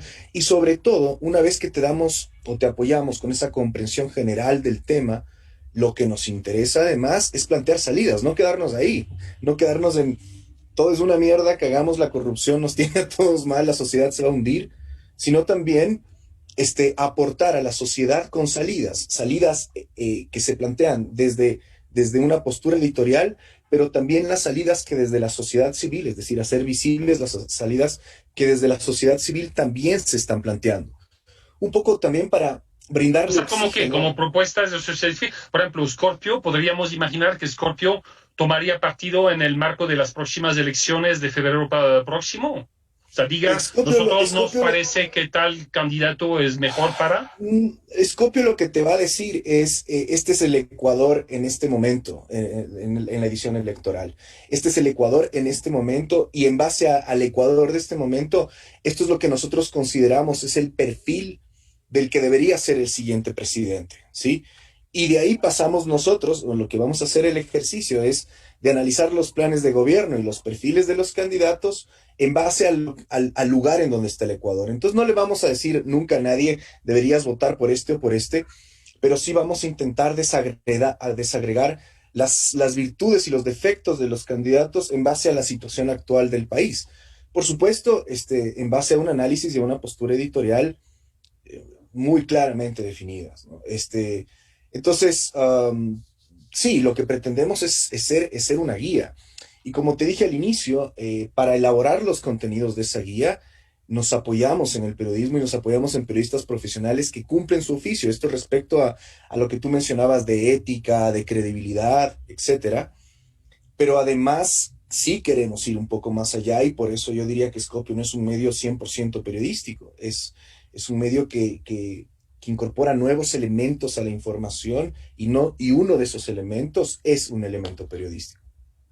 Y va otra pregunta, pero lo que tú dices, Carlos Andrés, me manda a Catalina y después a Natalie. Catalina, ¿cómo fuiste directora regional para América Latina del Fondo de Inversión para el Desarrollo de los Medios? ¿Había algún tipo de medio web nativo que atraía más fondos, o sea, que se financiaba más fácilmente? Digo eso, por ejemplo, nosotros, después de los más de 10 años del régimen de Rafael Correa, hemos visto que algunos medios web nativos, fundaciones, a veces podían atraer financiamiento por su oposición o apoyo a un régimen. Tú, por ejemplo, de tu experiencia, ¿hay algún tipo de medio, por ejemplo, más polémico es un medio, más fondo atrae, o hay algún modelo, o cómo lo ves?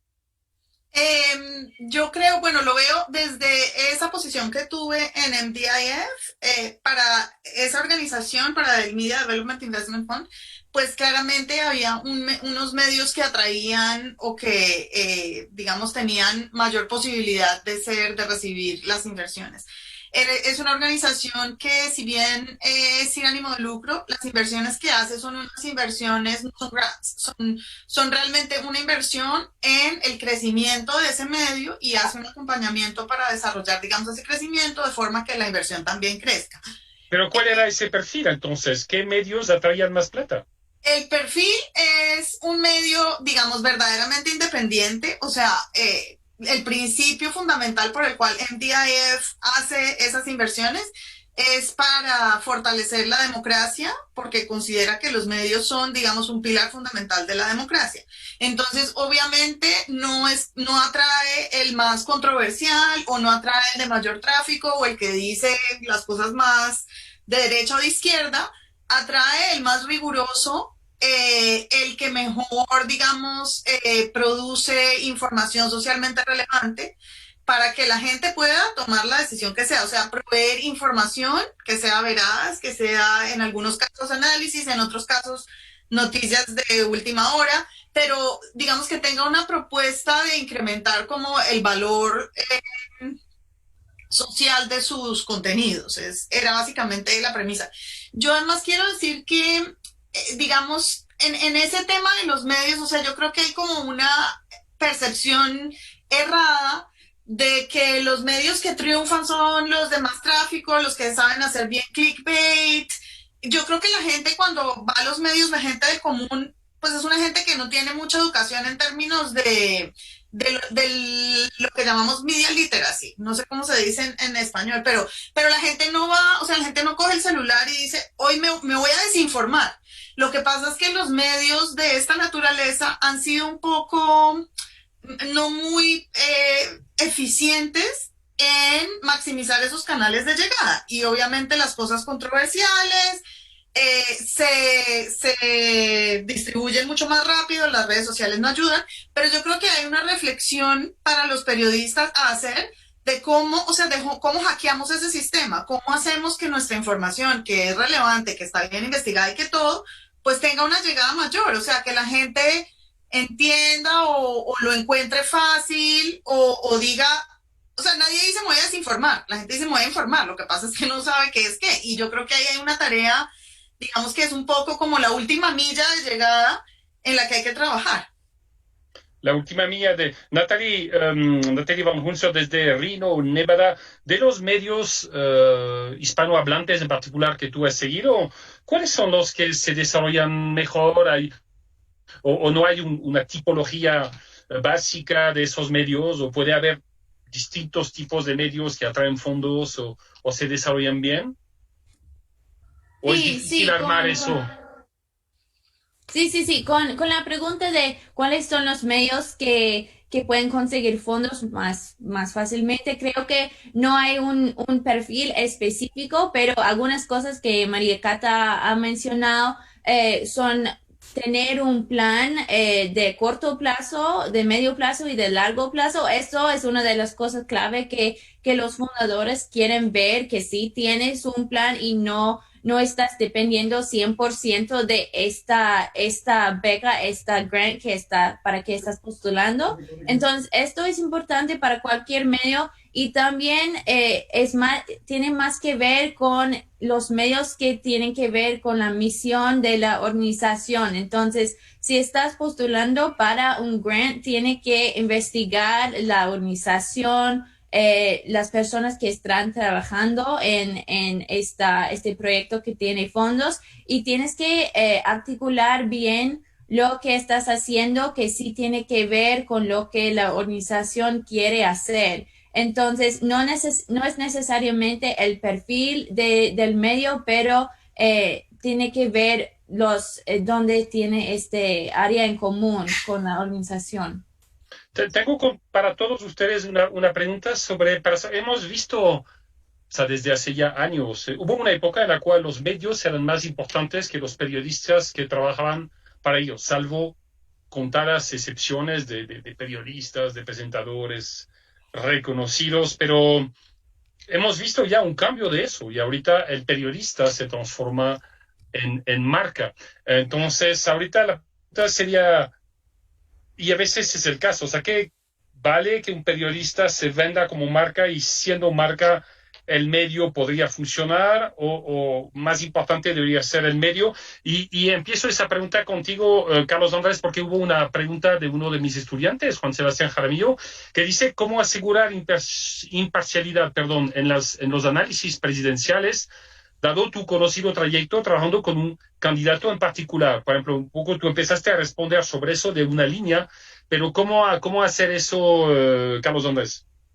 A ver, puntualmente en la edición electoral, nosotros lo que vamos a hacer es primero un análisis de la situación del país y ese análisis tiene que estar bien sustentado en la información que nosotros podamos recabar y en los datos que son públicos. Es decir, uno puede hacer un análisis objetivo, ¿no? Yo no diría imparcial, yo diría objetivo de el lugar en que se encuentra el Ecuador. Asimismo, tú puedes ir luego a las propuestas de los candidatos y relacionar las soluciones que plantean los candidatos en relación a esa problemática general del Ecuador. Es muy fácil analizar si en los planes de gobierno que se han presentado al CNE hay o no hay respuestas a respuestas realistas, aplicables a lo que está sucediendo en el Ecuador. Lo segundo, también me parece que se puede hacer un análisis objetivo de la trayectoria de los candidatos, porque muchas veces pues uno puede decir, yo voy a arreglar esto, pero en tu vida has hecho absolutamente nada, ni en lo público ni en lo privado, que permita darle luces al electorado de si un candidato es capaz de implementar aquello que está prometiendo.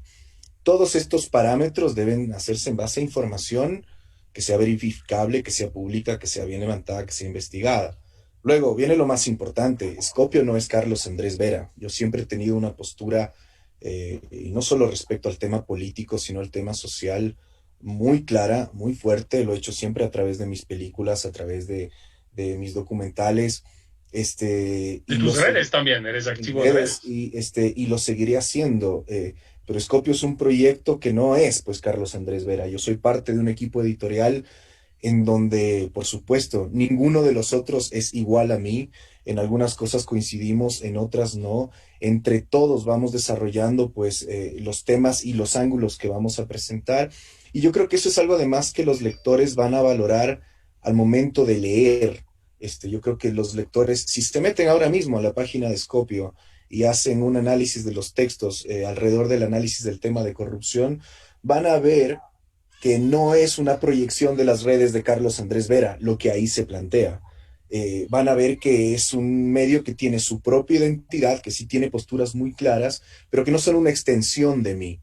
Carlos Andrés, hay algunos de mis estudiantes que a veces tú les dices eso desde la clase y siento que a veces no siempre se les convence que sí se pueden hacer las cosas, no sé si con objetividad, pero con honestidad intelectual. Tú puedes, por más que tú apoyas a alguien, decir, ok, eso está mal. O sea, a veces se les dice, miren, se puede ser honesto intelectualmente, porque si uno no cree eso, o sea, tenemos que votarnos todos al periodismo partidario. Yo apoyo tal y soy incapaz de ser honesto intelectualmente, pero a veces siento que tengo dificultad para convencerlos. Bueno, mira, sí es un tema bastante complicado. Para mí pasa porque uno tenga claridad respecto a lo que está haciendo. Cuando yo me metí en el proyecto de Scopio, yo no quería hacer una proyección de mis redes. Yo creo, por ejemplo, y te digo algo que yo siento que no aporto en las redes. Yo siento que aporto muy pocas soluciones al país desde mis redes. Yo en mis redes personales combato aquello que yo considero no funciona o considero está mal, pero yo sí siento una necesidad de dar un paso más adelante y decirle al país, a ver, no todo es oscuridad, no todos son problemas, también hay salidas, también hay soluciones y también hay mucha gente en el Ecuador que hace las cosas bien para que hayan salidas y hayan soluciones y queremos poner eso en un medio que le dé espacio y que le dé alcance a ese tipo de cosas. Por tanto, Scopio no es Carlos Andrés Vera. Ahora, tus alumnos que me sigan en redes y tus alumnos que puedan empezar a leer la página de Scopio lo van a notar enseguida, porque claro, en mis redes yo tengo posturas políticas muy claras y van a ver que en Scopio, en cambio, las posturas son otras. Yo creo que tienen la misma claridad respecto a sus posturas editoriales, pero no están asumiendo las posturas personales mías. Y por supuesto que eso se puede hacer. Lo único que tú necesitas, a mi criterio, es honestidad intelectual. Vamos, que no estamos aquí para hacer propaganda por nadie, pero sí estamos aquí porque tenemos una visión de las cosas, una visión general de las cosas, en donde los que formamos parte del medio coincidimos. Bueno, que entonces estudiantes escuchen, ¿no? No solo digo yo, sí, la honestidad intelectual es posible y por supuesto que es posible. Yo voy un poco con la idea de periodista marca aquí con Fabiola y después Elizabeth. Ustedes primero, o sea, se consideran como más visibles en los medios donde están ahorita, por ejemplo, Salud con Lupa, Ojo Público, han ganado más presencia personal, sienten que se están transformando más en marcas, sin que eso sea necesariamente negativo, digo, pero se sienten más conocidas cuando eran periodistas de un área de investigación de un diario, y ese fenómeno del periodista de marca es bueno. Perdón, cuidado, aquí tenemos algunos micrófonos abiertos. Entonces, Fabiola primero sobre ese fenómeno de periodismo de marca, cuando el periodista se hace marca, y después Elizabeth, por favor. Bueno, lo que puedo decirte, Eric, sobre Salud con Lupa es que es todavía un medio con una marca de construcción y queremos que sea un medio que se distinga por formas de cómo está haciendo el periodismo, ¿no? Desde que nació planteamos seguir extendiendo el periodismo colaborativo a un área del periodismo de investigación, que era la salud pública. Entonces, hacia ese camino vamos. Y para eso, más que marcas personales, se necesita que muchos periodistas con una gran experiencia, talento y obviamente perfiles reconocidos crean en nosotros como medio para trabajar en conjunto. Entonces, que Salud con Lupa también apueste porque la agenda de salud pública del periodismo sea latinoamericana. Es un reto muy grande porque tenemos que atraer también a periodistas que están haciendo un gran trabajo en su país y que trabajan con nosotros, ¿no? De hecho, este año nosotros hemos cobrado reconocimiento. En unas semanas voy a estar en el Foro CAP de Centroamérica, en El Salvador, gracias al trabajo de una colega como Cecibel Romero, que ha tenido muchos impactos en su país con investigaciones durante la pandemia. Entonces, cada vez que van surgiendo buenas historias en nuestros colaboradores, la Salud con Lupa es una forma también de dar tengo un soundtrack que me parece estar en una película. Sí, de vez en cuando vamos a pedir a la gente que nos escuche. Yo vi, hay una miembro del público, María Cata, que quiere decir algo sobre marcas. Sí, le voy a dejar la palabra. Dejamos terminar Fabiola, Elizabeth, María Cata, y después, por supuesto, le dejaré su intervención. Pero, Fabiola, solo para cerrar, ¿te consideras, tú dices Salud con Lupa es una marca en fabricación, ya, ok, pero significa que por el momento tu nombre, Fabiola Torres, es más conocido que Salud con Lupa, y eso no es necesariamente una mala cosa, los dos se ayudan, ¿o no?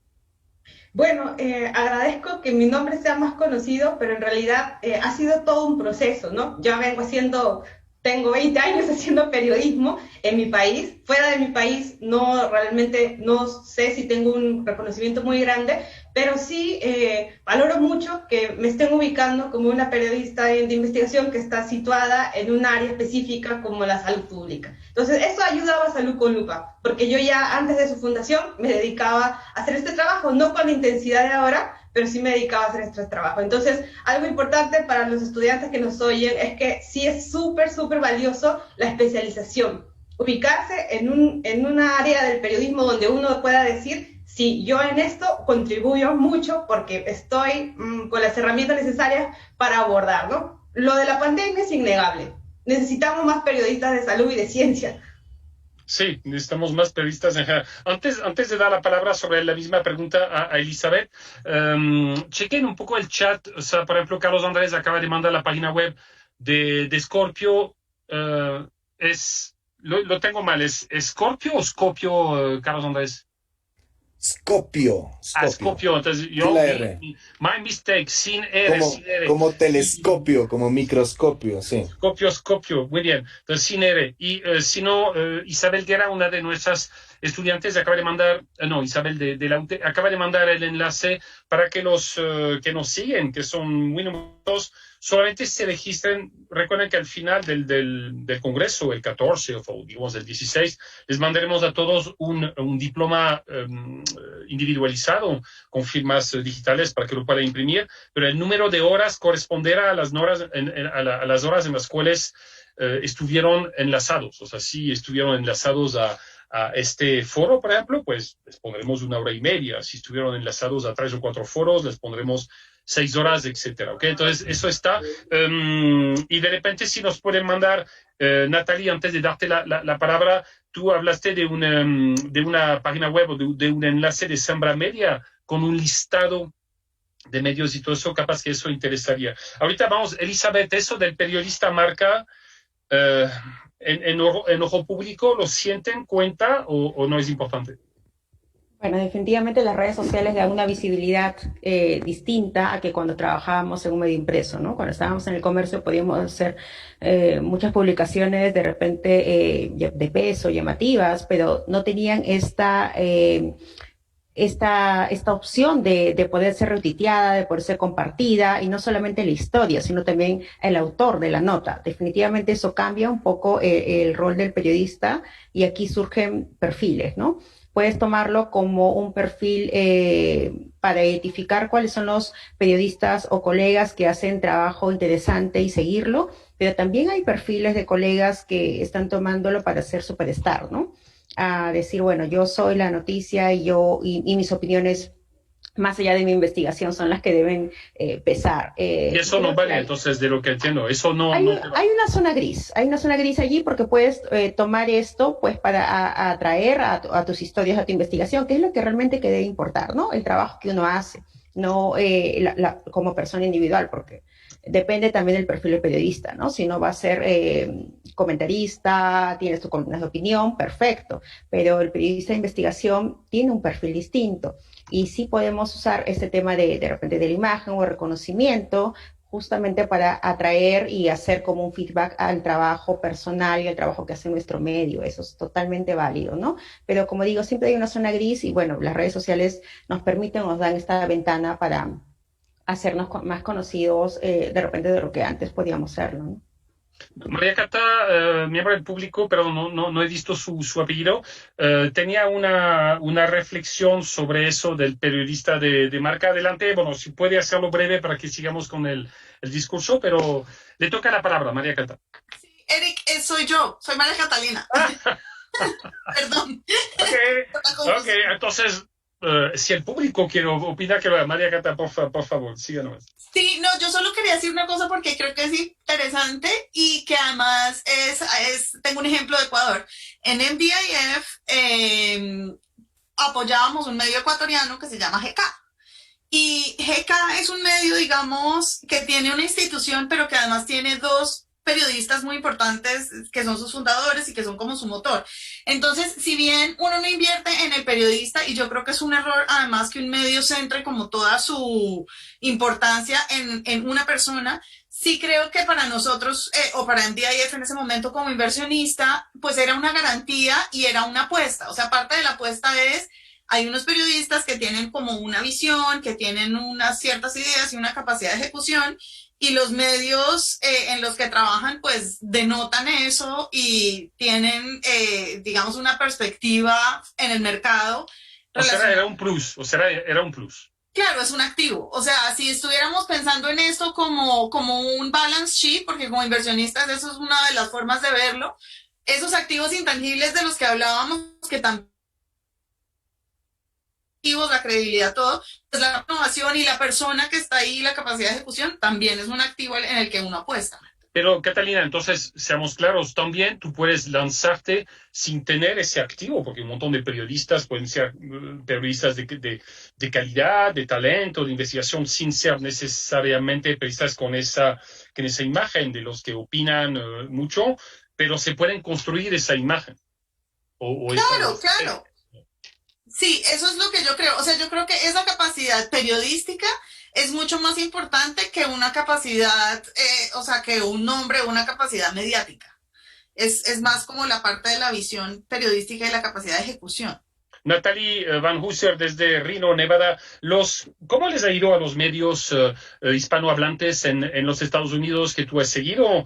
O sea, por ejemplo, los que tenían más polémica, usted se acaba de vivir 4 años de relaciones complejas, para decirlo menos, entre muchos medios y la Casa Blanca. Hemos conocido eso en muchos países de América Latina. ¿Ese asunto también ha ayudado o no el hecho de que medios estén súper visibles, súper polémicos en temas políticos, ese asunto de marca, o no tanto? No, no tenemos mucho de eso con los medios con quien trabajo en Sembra Media. Es más que son medios de nicho, entonces no son muy polémicos, pero son medios de nicho, y con eso tiene que ver buscar aliados para colaborar en proyectos para que tiene más visibilidad. porque eso es lo que hemos visto acá en Estados Unidos, que los medios en español trabajan de una manera aislada y muy local, entonces tienen que buscar maneras de incrementar su visibilidad. Y, por ejemplo, esos aliados, ¿quiénes pueden ser? Y cómo, de nuevo, tú hablaste al inicio de la necesidad de ser transparente, decir, ok, recibimos plata de tal y cual, estamos con, pero mantener para que esos nexos que son necesarios, o sea, tenemos que vivir de algo, no perjudiquen quizás la imagen o los contenidos. ¿Quiénes son esos aliados de esos medios de nicho? ¿Empresas? ¿Municipios? ¿Gobiernos? Sí. ¿Quién? Sí, buena pregunta. Hay aliados de varias formas. Hay los que son otros medios periodísticos. Un ejemplo de una alianza así es Conexión Migrante en México. Hace mucha cobertura de la población migrante y la legislación de inmigración acá en Estados Unidos, y su audiencia son, una mayoría son inmigrantes acá en Estados Unidos. Entonces, ellos han colaborado con otros medios que también hace inmigración, como Documented.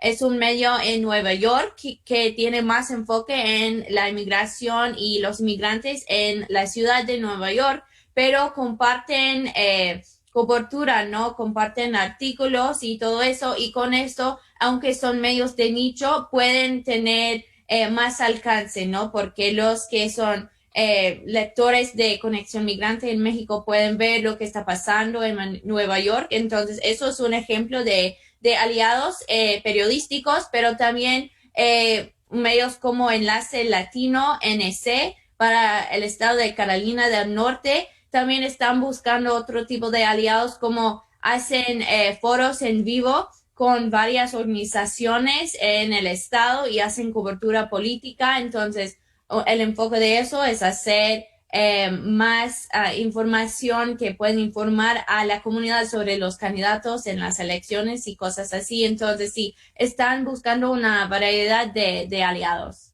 Bueno, y gracias, Natalie, para cargar en el chat el directorio de medios de Sembra Media. También veo que Fabiola nos ha mandado informaciones, o por lo menos el enlace hacia Salud con Lupa para la gente. De hecho, Fabiola, tenemos Zairi Andy Ruiz, que nos manda una información, ya aparentemente te está dando una idea de reportaje, pero en Ecuador, sobre problemas de salud en la selva amazónica, con comunidades y parroquias afectadas por, si entiendo bien, minería legal e ilegal. Entonces ya te vienen temáticas. Bueno, nos quedan 18 minutos, vamos a terminar a las 10 en punto. No queremos, creo personalmente que el debate es bien interesante, pero tenemos estudiantes que tienen clases a las 10, entonces, y todos ustedes tienen sus actividades. Entonces, hemos empezado a tiempo y terminaremos a tiempo. Antes de pedirles unas reflexiones finales en las cuales les pediremos ser optimistas. Sé que en esa época de pandemia no es necesariamente feliz, pero les daremos 2 o 3 minutos para que nos digan que sí se puede sostener económicamente el periodismo en época de pandemia o de la futura pandemia o de estas. O sea, les pediremos que nos den ánimo en esa época difícil. Tengo una última pregunta para todos.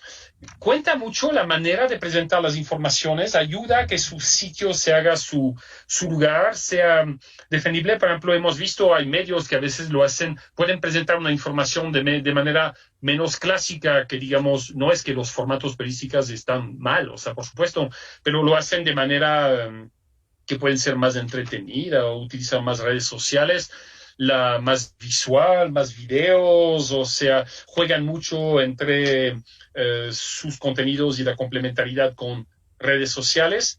¿Cuenta eso? ¿Les ayuda a tener visibilidad? ¿Les ayuda a que sus medios se sostengan? No tanto el contenido, sino la manera de presentar. Ya, Natalie, estás en pantalla, sigamos contigo antes de pasar a Elizabeth y Fabiola. ¿Ayuda eso, la manera? Sí, creo que precisamente sí, tiene que ver mucho con eso, pero creo que tiene más que ver con que identifiques bien tu audiencia y la manera que es más, que tiene más éxito para llegar a estas personas, ¿no? Como por ejemplo, Acá en Estados Unidos, como toda Latinoamérica, WhatsApp es muy popular para la comunidad hispanohablante. Entonces, los medios que sí están intentando llegar precisamente a esta audiencia de hispanohablantes acá están explorando cómo usar WhatsApp para boletines y todo eso. Y eso es muy diferente que los medios en inglés. Entonces, sí, tienes que investigar cómo llegar de la manera más efectiva a tu audiencia, y con eso creo que la plataforma es clave. No tiene que ver que si un sitio web es mejor que otro plataforma, pero tiene que tener sentido con su audiencia. O sea, no ser original por ser original, sino que sea parte de un plan de negocio. Elizabeth, ¿está de acuerdo con eso? Coincido con Natalie, porque a veces se nos va un poco la emoción y uno quiere ser innovador y meter visualizaciones y cosas interactivas, pero no necesariamente esto va a ir a la par con la historia que quieres contar. Tiene que ser coherente con tu proyecto, no solo con tu público, sino también con el contenido que vas a ofrecer. Es cierto de que hay determinadas formas de narrar una historia que va a tener un poco más de impacto que otras, ¿no? Pues, y no vas a prescindir del texto, del reportaje, la gente sí lee, pero también puedes acompañarlo con una historia en audio o con una app. Entonces, y vas a más bien sumar otro tipo de usuarios, otro tipo de personas que quieran informarse, pero que de repente apuesten más por otra mecánica para hacerlo. Entonces, no estás siendo excluyente, más bien estás sumando a diferentes tipos de personas que quieran informarse de la historia que tú vas a publicar, pero sí es clave analizar cuál va a ser el efecto, cuál es la mejor forma para contar la historia, y eso es parte del proyecto cuando uno empieza a trabajarlo, ¿no? No es algo que se debe dejar al final. Fabiola, ¿de acuerdo con esto? Sí, bueno, resumiendo un poco lo que Natalie y Elizabeth acaban de comentar, lo más importante es que ubiquemos bien a qué nos dirigimos y seamos legibles, ¿no? Más allá de lo estético, ¿no? La funcionalidad en Internet ahora es que el mensaje sea súper legible. Y obviamente en ese proceso sumamos más talentos, ¿no? Las infografías, estamos en una era donde hay mucha viralización con infografías, y para un medio como nosotros, donde muchas veces tenemos que tocar contenidos científicos que son complejos de resumir, las infografías o especiales gráficos han ayudado en la medida que lo hemos hecho bastante legible. Y lo otro es que todo el tiempo tenemos que quitarnos el chip de no estamos haciendo periodismo para periodistas, ¿no? Estamos haciendo periodismo para gente que no necesariamente cree que lo que nosotros elegimos es lo más importante. Yo lo noto cuando veo mi ranking de lectoría, las notas de comprueba, la sección comprueba, que tienen la información más utilitaria, son las más leídas. No los destapes necesariamente en momentos que hacemos investigaciones y que tal vez toman más tiempo, pero la gente está buscando en este momento algo que les dé tranquilidad o les dé un uso específico en la pandemia, ¿no? Entonces vimos esa evolución y ahora tenemos 2 chequeadoras haciendo más compruebas porque esa sección es valorada. Y también porque toma trabajo hacer un chequeo, ¿no? Toma una semana. Y antes de ir contigo, sí, antes de ir con Carlos Andrés, solo una cosa, Elizabeth, como eres especialista en cobertura de temas de género, las mujeres en esos emprendimientos periodísticos son numerosas, son bien representadas, porque hemos trabajado mucho en nuestro congreso con las chicas poderosas, por ejemplo. ¿Cómo les ves? ¿Es igualitario? ¿Son más hombres, más mujeres, o es bien compartido? Bueno, los emprendimientos digitales, los nuevos medios digitales tienen fuerte presencia femenina, eso es innegable, incluso en los que estamos en este panel también, pero creo que debería haber más espacio incluso para capacitación, ¿no? Porque es como que las mujeres llegan, se les abren las puertas y, como decir, aterrizan, es algo nuevo, pero también capacitación incluso de cómo abordar las historias, hablamos de género, cómo abordar las post, el impacto que tienen en nosotros, las que cubrimos estas historias.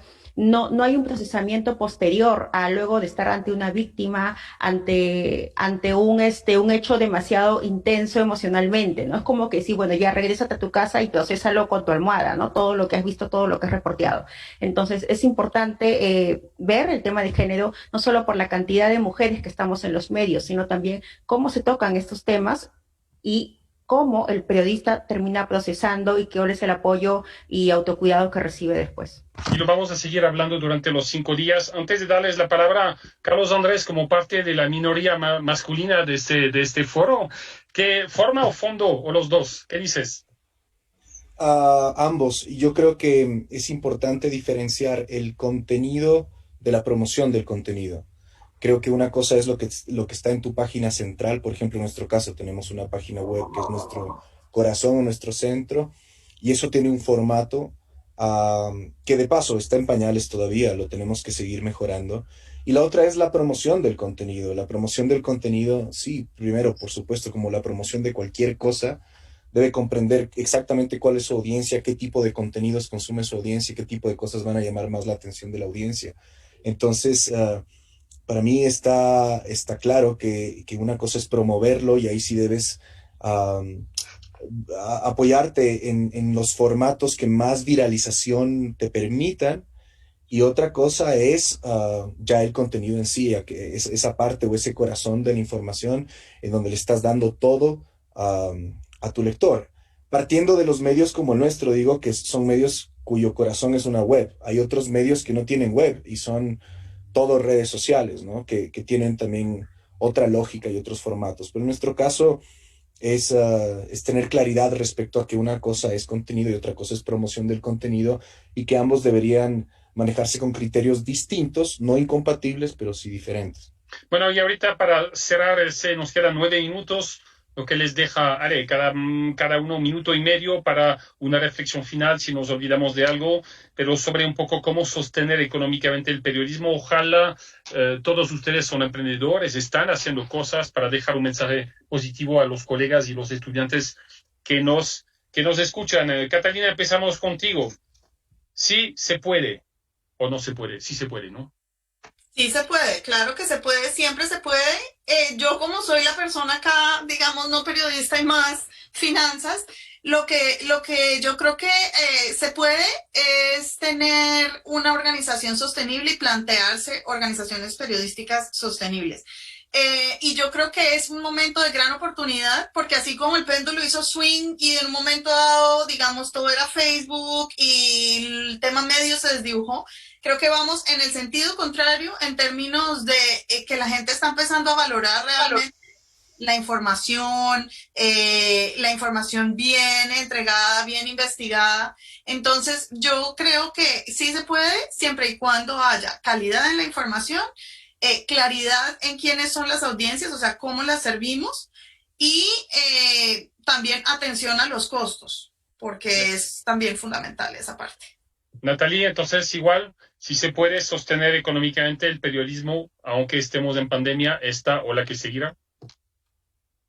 Sí, la cosa que me da esperanza acá en Estados Unidos son los medios nativos digitales en español que están inventando maneras originales para sobrevivir la pandemia, porque han tenido esta lucha para buscar fondos y todo eso antes de la pandemia, porque son publicando contenido en español y todo eso. Entonces ellos están sobreviviendo y creo que es una buena cosa para demostrar que si todos tienen, si están buscando maneras creativas, si están investigando.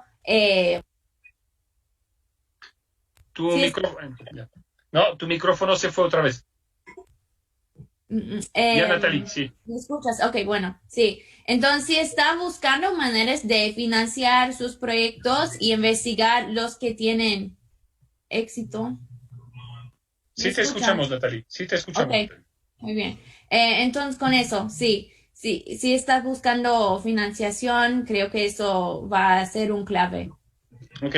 Fabiola, sí es posible a condición, pero necesitamos salir de nuestra zona de confort, ¿es eso? Como periodistas, digo. Creo que hace varios años hemos salido de nuestra zona de confort. Los que estamos haciendo periodismo digital sabemos que es una constante adaptación y constante aprendizaje, ¿no? Lo ha dicho María Catalina, hay muchos cambios, en cualquier momento vienen nuevas etapas y los periodistas no podemos decir que no nos vamos a adaptar, vamos a seguir buscando fórmulas de adaptación. Yo creo que hay mucho espacio para ser optimistas, pero también ser cautelosos en lo que vamos a plantearnos, ¿no? De hecho, planificar el 2021 en un momento como este requiere, bueno, que seamos también conscientes de lo que no vamos a poder, de alguna manera concretar, porque hay una coyuntura, ¿no? Pero eso no significa que vamos a dejar de hacer periodismo. Eso sí está por descontado, que ahí somos optimistas. Elizabeth, obviamente esa es una pregunta un poco tramposa porque todos ustedes son emprendedores, o sea, todos ustedes lo están haciendo. O sea, obviamente son la prueba viviente de que sí se puede, pero Elizabeth, o sea, razones siendo realistas, porque la época no es fácil y creo que no hay que mentir a los estudiantes, los colegas, todo el mundo lo sabe, lo vive y en todas las profesiones del mundo. Pensemos en la gente que ahorita trabaja en hotelería, turismo, transporte. Es difícil para todo el mundo, pero siendo realista, sí tenemos camino para el optimismo, Elizabeth. Sí, definitivamente, porque, bueno, como dicen, toda crisis tiene una oportunidad, ¿no? Genera esto. En efecto, sí, lo que necesitamos ahora son respuestas confirmadas, verificadas. Entonces, ¿y quién es el que da ese tipo de soluciones? Pues el periodismo, ¿no? Abrir espacios, si estás hablando de estudiantes, como comentabas, de nuevos proyectos, no necesariamente tienen que empezar pues con una página web, ¿no? Súper bien pulida, con todo un equipo grande en oficina. Entonces, puedes empezar por las redes sociales, puedes empezar por los canales ya masivos que ya están constituidos para empezar a generar comunidad o grupos, ¿no? Donde puedas hacer de repente chequeo de información o verificación. Yo creo que es necesario más bien ampliar las opciones. Es difícil, como bien decía Fabiola, no se puede planificar nada en pandemia. Es una situación crítica en la que nos encontramos, pero el periodismo, la información de calidad siempre va a tener un espacio. Muy bien, Carlos Andrés, fuiste el último en hablar al inicio, ahorita tienes la palabra el último también en ese campo de difícil o realísticamente hablando. ¿Hay espacio para el optimismo? Por supuesto, pero no puede ser un optimismo gratuito ni ingenuo. Yo complementando todo lo que ya se ha expuesto acá hacia el final, creo que es primero importante que los estudiantes comprendan que idealmente deben tener una formación integral, no solamente de periodistas o la pureza del periodismo, sobre todo en Latinoamérica, ¿no? Tal vez en Europa o en Estados Unidos, teniendo una situación difícil, hay más facilidades para realizar emprendimientos que acá, hay mejores condiciones. Acá todos tenemos que ser multidisciplinarios y en ese sentido creo que juegan un importante rol las universidades también. Es decir, un periodista debe entender lo que es un plan de negocios, un periodista debe tener criterios financieros.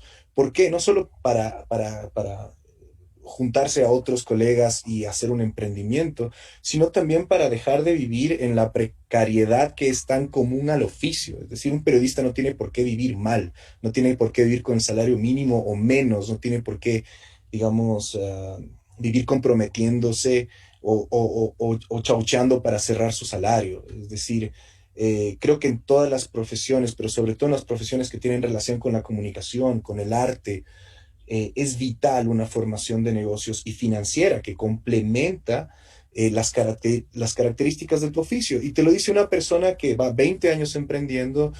Yo pagué 10 años de piso, es decir, yo vine acá con una formación totalmente artística, cinematográfica, emprendí y pagué 10 años de piso quebrando, golpeándome, viviendo muy difícilmente, hasta que empecé a entender pues, otras lógicas al margen de mi oficio y creo que esos 10 años se podrían ahorrar si es que de entrada el periodista ya cuando se gradúa, cuando sale al mercado, cuando sale a buscar oportunidades, tiene criterios de negocios y financieros que complementen su formación periodística.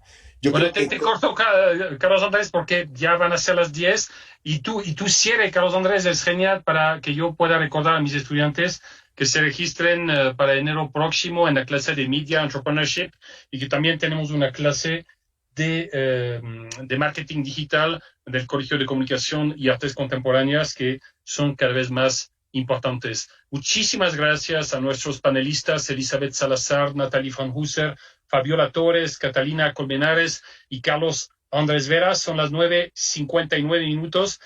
Solo me quedan algunos segundos para invitarles al foro 2 de hoy, que tendrá lugar a las 17:30 hasta las 7 de la noche. Un poco las claves para hacer buen periodismo en medio de la pandemia.